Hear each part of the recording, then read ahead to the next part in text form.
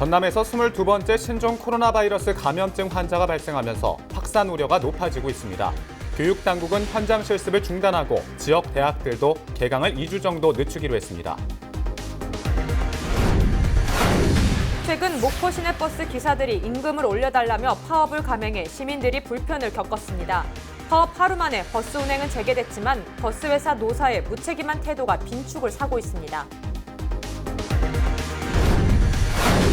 정현복 광양시장이 올해의 주요 시정 계획을 밝혔습니다. 정 시장은 관광과 안전, 청년층 인구 정착에 집중해 제2의 도약을 이루겠다고 강조했습니다.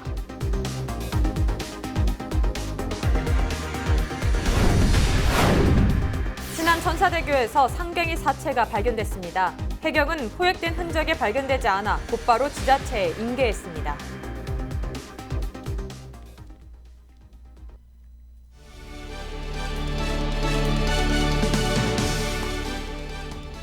시청자 여러분 안녕하십니까? 헬로티비 뉴스입니다. 첫 소식입니다. 전라남도에서 22번째 신종 코로나 바이러스 감염증 환자가 발생하는 등 지역사회 확산 우려가 높아지면서 교육청이 대책을 강화합니다.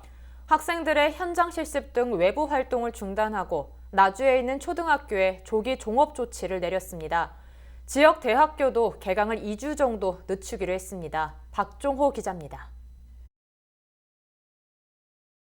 전라남도에 신종 코로나 바이러스 감염증 확진 환자가 발생하면서 교육당국이 대책 마련에 나섰습니다. 전라남도 교육청은 보건의료 계열 학생 228명의 의료기관 실습을 전면 중단하기로 했습니다. 나주 혁신도시에 있는 5개 초등학교에 대해 조기 종업 조치를 내리고 저소득층 학생에 대한 중식 지원 대책을 마련할 계획입니다. 또 나주와 광양 지역의 마스크와 손 세정제 등 방역 물품 지원을 집중하고 긴급 방역 소독도 진행했습니다.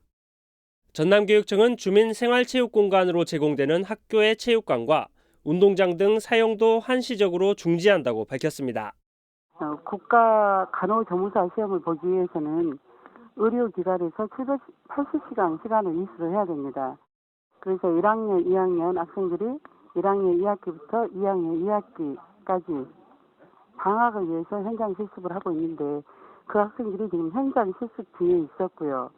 그래서 우리 전남교육청 경우에는 나름 좀 발빠르게 좀 대처를 해서 교육부는 앞서 대학교의 개강 연기를 공고했고 수업 감축과 원격 수업 확대 등 탄력적인 학사 운영을 당부했습니다. 나주 동신대와 조선대, 호남대와 광주여대 등 지역 대학교도 개강을 2주 정도 늦추기로 결정했습니다. 순천대학교도 1학기 개강을 3월 16일로 연기하고 신입생 오리엔테이션과 졸업식, 입학식도 취소하기로 했습니다. 중국인 유학생 27명은 입국 즉시 별도의 공간에서 2주 동안 생활하도록 관리할 계획입니다. 현재 이제 저희는 이 학생들이 이미 지금 귀국해서 14일 이상 지난 학생들이 있고요. 현재 이제 앞으로 귀국할 학생들이 지금 현재 27명을 저희는 파악을 하고 있습니다.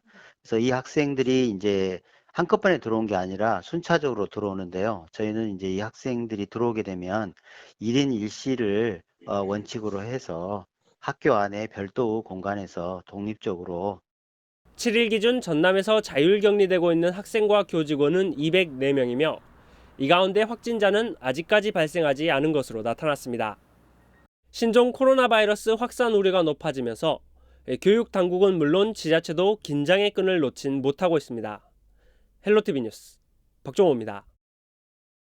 신종 코로나 바이러스가 전남까지 확산되면서 곳곳에서 긴장감이 높아지고 있는데요.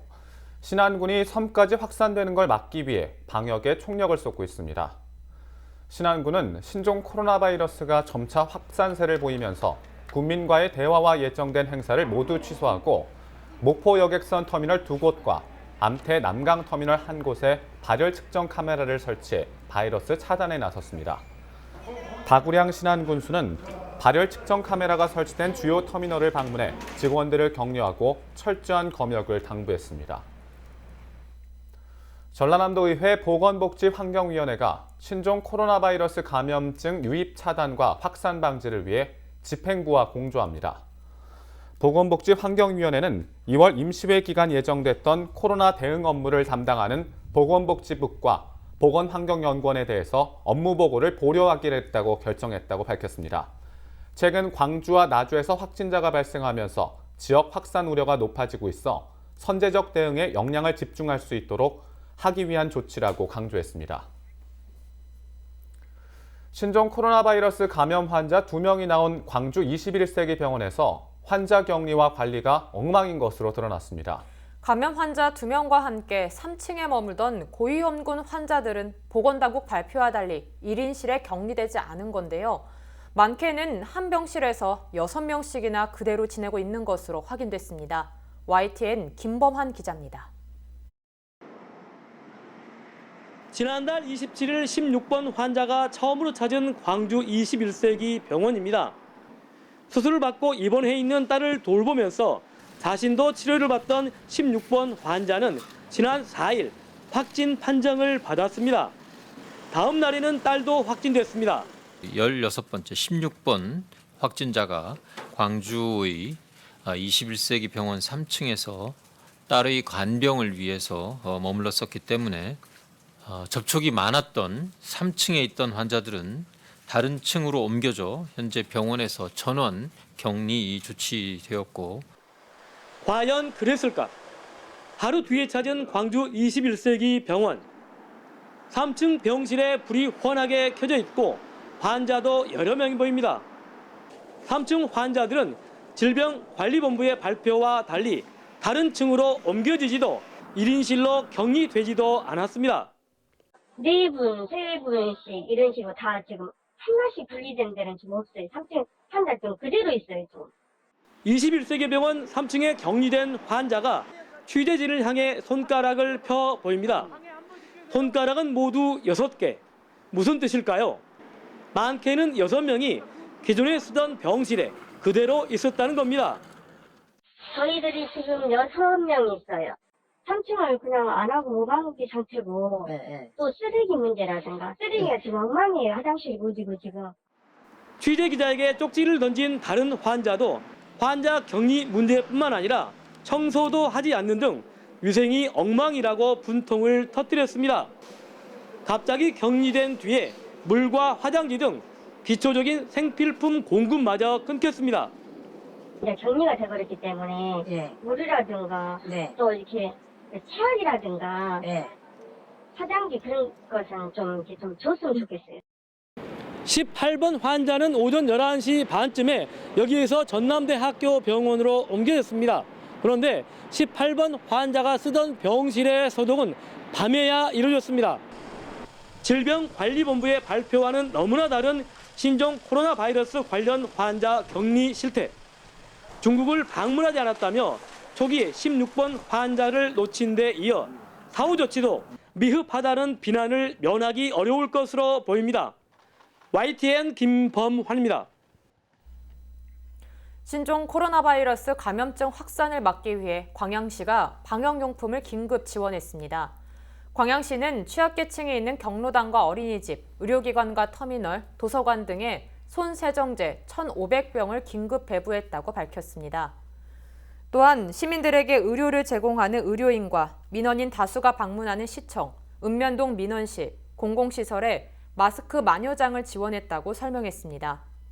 광양시는 질병관리본부 발표 결과 16번째 확진자의 동선에 광양 지역 방문 기록은 없었으며 광양 거주 남편 또한 음성으로 발표됐다며 가짜뉴스에 현혹되지 말 것을 당부했습니다. 신종 코로나 바이러스 감염증을 예방하기 위해 여수엑스포 여객선 터미널에 열화상 카메라가 설치됐습니다. 여수광양 항만공사는 여객선 터미널 이용객 가운데 고온 증상자가 포착되면 별도로 체온을 측정하고 의심 환자는 질병관리본부에 신고할 방침이라고 밝혔습니다. 또한 터미널 근무자와 이용객들에게 마스크와 손소독제를 배부하고 부두에서 방역 작업을 진행하고 있다고 설명했습니다. 여객선 터미널에 설치된 열화상 카메라는 국내외 공항에서 입출국자를 검역할 때 사용하는 카메라와 같은 기종이며 예방수칙 준수를 당부했습니다.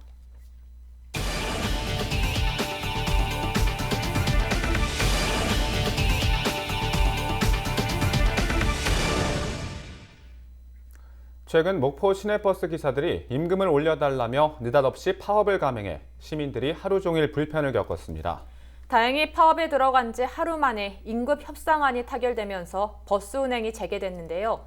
사회적 책임을 져버린 버스 기사들의 기습 파업과 버스 회사 측의 무책임한 태도가 빈축을 사고 있습니다. 보도에 고정민 기자입니다. 파업에 돌입한 지 하루 만에 목포 시내버스 운행이 재개됐습니다. 늦은 밤까지 줄다리기 협상을 벌인 끝에 자정을 넘겨서야 협상이 극적으로 타결된 겁니다. 체결된 협상안은 기존 임금에서 9%의 인상률을 적용해 매달 20만 원을 추가로 지급하는 조건, 전체 임금 인상분인 13억 3천만 원은 목포시가 추경 예산에 세워 지급하기로 결정했습니다. 다만 예산 심의는 지방의회의 고유 권한인 만큼 의회가 부결하면 노조는 회사의 임금 인상분을 요구하지 않기로 합의했습니다. 기본 임금 20만 원 인상에 대한 부분은 합의가 됐고, 다만 의회에서 임금 인상분이 부결될 시에는 추 노조에서 임금 요구를 하지 않는 조건으로 합의를 봤습니다. 다행히 합의가 빨리 돼서 다행이라고 생각합니다. 앞서 목포 시내버스 노조는 주 52시간제 시행 이후 삭감된 임금을 현실화하라며 파업을 예고했습니다. 그러다 지난 5일 노사가 임금 인상안에 잠정 합의하면서 파업이 무산될 것으로 예상됐습니다. 그런데 사측은 임금 인상액을 목포시가 지급해달라고 떠넘기면서 또다시 잡음이 터져나왔습니다. 버스기사들의 추가 인건비 전액을 지급하고 지원 확약서도 써달라고 요구한 겁니다. 목포시는 예산 지원을 약속했지만 지원 확약서는 써줄 수 없다는 입장을 보이자 사측이 합의안에 서명을 피하면서 노조의 파업이 결정됐습니다. 예산 심사를 앞둔 목포시의회는 버스 회사가 시민을 볼모로 삼아 명분 없는 파업을 강행했다며 유감을 나타냈습니다. 그러면서 재정 지원을 제한하거나 지원 대상에서 제외하는 방안도 검토하겠다고 밝혔습니다. 시민들에게 예고도 없이 버스 파업을 감행한 것은 명분 없는 결정이며 시민들을 볼모로 삼는 것으로밖에 볼 수 없습니다. 시의회에서는 관련 조례 검토, 재정 등 법적인 근거를 마련하여 시민들의 불편을 초래한 회사의 책임을 물을 수 있는 방안을 적극 검토하겠습니다. 시내버스 노조의 기습적인 파업 결정으로 하루 종일 불편을 겪은 건 바로 시민들. 출퇴근길 지각 사태가 속출했고 한파가 불어닥쳐 추위에 떨기도 했습니다. 아니 갑자기 시내 나가려고 와서 보니까 버스가 없어가지고 모임에 가는데 한 50분을 걸어갔어요. 그래서 또 오는데 또 50분을 걸어야 되고 너무 힘들었어요. 느닷없이 파업을 하는 경우에는 시민들 입장에서는 달갑지가 않죠. 긴 시간 기다린다는 거는 좀 불평이 많다고 봐야죠. 목포 시내버스 회사는 지난해 적자 운영을 이유로 목포시에서 60억 원 넘게 보조금을 지원받았습니다. 여기에 시민들의 혈세가 추가로 투입될 예정이어서 열악한 지방 재정에 부담을 주고 있다는 지적이 일고 있습니다. 헬로티비 뉴스 고정민입니다. 전남과 인접한 광주시를 대상으로 시내버스 준공영제 특정 감사를 벌인 결과 부적정한 운영 사례가 무더기로 적발된 것으로 나타났습니다. 광주시 감사위원회가 시내버스 준공영제 특별감사를 실시한 결과 위법사항 16건 가운데 6건은 시정, 6건은 주의, 나머지는 개선과 권고, 통보 조치를 내렸습니다. 특히 지원금 12억 원이 잘못 지급돼 회수 명령이 내려졌고 업무를 소홀히 한 담당 부서에는 경고 조치가 떨어졌습니다. 그동안 말로만 떠돌던 버스 업체의 위법 사례와 행정당국의 부실한 관리 감독이 확인되면서 전국적으로 전수조사가 필요하다는 목소리가 높아지고 있습니다. LG 헬로비전이 새해를 맞아 신년대담을 진행하고 있습니다. 이번 시간에는 정연복 광양시장을 초청해 올해 주요 시정 계획을 들어보는 시간 가졌는데요. 정 시장은 올해 관광과 안전, 청년층 인구 정착에 집중하겠다는 뜻을 밝혔습니다. 서경 기자입니다. 포스코 광양제철소를 중심으로 한 연관기업 수백여 개가 운영되면서 산업도시 이미지가 강한 광양시. 지난해 포스코 광양제철소 고로브리더 개방 문제와 폭발 사건이 화제로 떠오르면서 사고와 오염에 대한 시민들의 우려가 커지기도 했습니다. 정연복 광양시장은 시민들의 건강을 침해하는 모든 사업에 대해 관리와 감독을 더욱더 강화하겠다는 입장을 밝혔습니다. 결국 포스코가 가장 중요합니다. 그래서 포스코에서 시설을 개선하겠다. 그것이 한 1조 정도 돈이 들어간다. 네. 그리고 포스코 산단 주변 옆에 그 입주업체들이 있는데 이분들도 한 240억이나 투자를 해서 우리도 같이 개선하겠다. 또 저희들은 감독하고 또 확인하고 또 이렇게 해나가겠습니다. 이 과정에 시민사회단체 또 환경단체 잘 협의를 해서 하겠습니다. 올해 광양시가 주력하는 사업 분야는 단연 관광 분야입니다. 이순신대교와 포스코 광양제철소 산단 불빛을 시작으로 섬진강까지 이어지는 모든 교량에 경관 조명을 설치하는 사업이 추진되고 있는데 이 사업이 마무리되면 계절이나 날씨에 관계없이 수많은 관광객들이 지역을 찾을 것으로 기대하고 있습니다. 광양의 밤이 완전히 탈바꿈될 전망이기 때문입니다. 여기에 구봉산 관광단지 개발이 본격화됩니다. 구봉산 일대에 호텔과 골프장이 조성되고 인근에는 가족형 어린이 테마파크 부지가 마련돼 있습니다. 수천억 원이 투입되는 대규모 사업이다 보니 단계별 사업이 추진되고 있습니다. 이순신대교 해변 관광 테마거리 조성, 또 가족형 어린이 테마파크, 구봉산 관광단지, 섬진강의 백기를 복원하고 강 마련화를 만드는 것, 이런 것들이 포인트별로 지금 진행이 되고 있습니다. 그런데 이것이 진행이 다 된 다음에는 하나의 관광 별도로 연결을 할 이런 생각입니다. 그렇다 그러면 우리 시 앞으로 오셔서 구경하고 또 놀고 먹고 자고 치유를 할 수 있는 평균 연령 40.8세, 전남에서 가장 젊은 도시 광양. 광양시는 인구를 늘리기 위한 정책의 중심에 청년을 핵심으로 두고 있습니다. 청년층이 광양에서 일자리를 찾고 집을 사고 아이를 낳아 기르는 생애주기별 맞춤형 지원이 더해져야 자연적으로 인구가 늘 수 있을 것으로 보는 겁니다. 청년 주택 지원 사업과 안정적인 일자리 제공, 다양한 보육 지원 사업을 추진하는 이유도 청년의 안정적인 정착이 중심입니다. 직업으로 갈 수 있는 이 아카데미에 대한 것, 또 예를 들어 주택자금 대출이자 지원 사업, 또 그리고 우리 시에서 결혼해서 아이를 놓으면 우리가 복지재단에서 시에서 그냥 아무 부담 없이 다 키워주는 그런 여건을 좀 갖추고 있습니다. 네. 그래서 청년이 희망을 갖고 살 수 있는 가장 좋은 도시가 되지 또 그렇게 되도록 만들어 가겠습니다. 관광객과 정주 인구, 두 마리 토끼를 잡는 데 집중하겠다고 밝힌 광양시. 30만 자족도시 건설을 위한 첫 단추를 꿰는 작업이 순항하면서 지역에 활기가 더해질 전망입니다. 헬로티비 뉴스 서경입니다.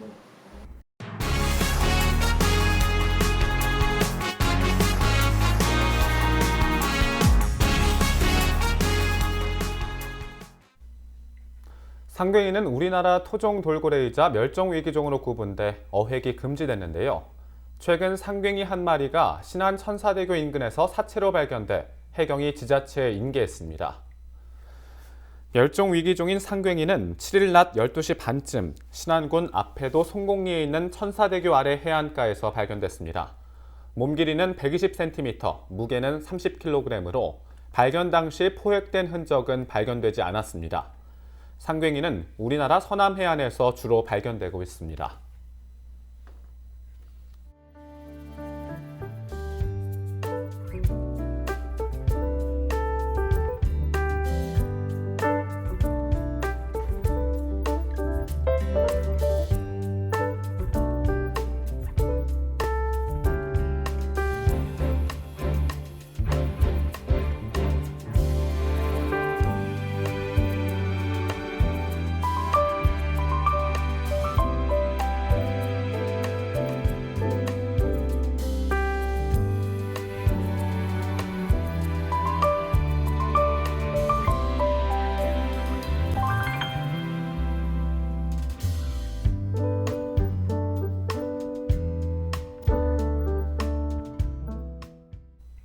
이상으로 헬로티비 뉴스를 마칩니다. 저희는 언제나 지역 주민 여러분 곁에 있겠습니다. 고맙습니다.